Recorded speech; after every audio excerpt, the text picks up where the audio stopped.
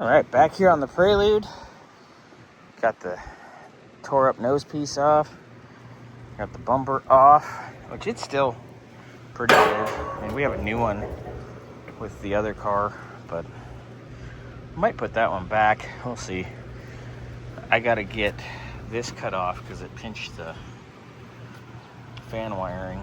So I gotta get that off and out of the way and fix that. Then we're gonna start taking this off here, which we'll get from the other car too. But coming along. I'm gonna start drilling spot welds in a little bit. That's always not fun. I'm gonna take the brackets for the radiator off. Gayle, we might want to think about doing a radiator while we're in here because it's already gonna be out. Maybe get something nice. I'll send you a couple links. Right. Got our radiator brackets off here. And did power steering cooler, which we're leaking power steering, so we'll get the hoses and redo that.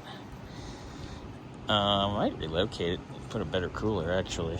Got that going. We're ready to do spot welds now. Took the hinges off the hood so we can straighten those out, and that brace panel piece that I made, I put the hood over there by the enclosed. That way you can take it to Avi or AVI, whatever they go by.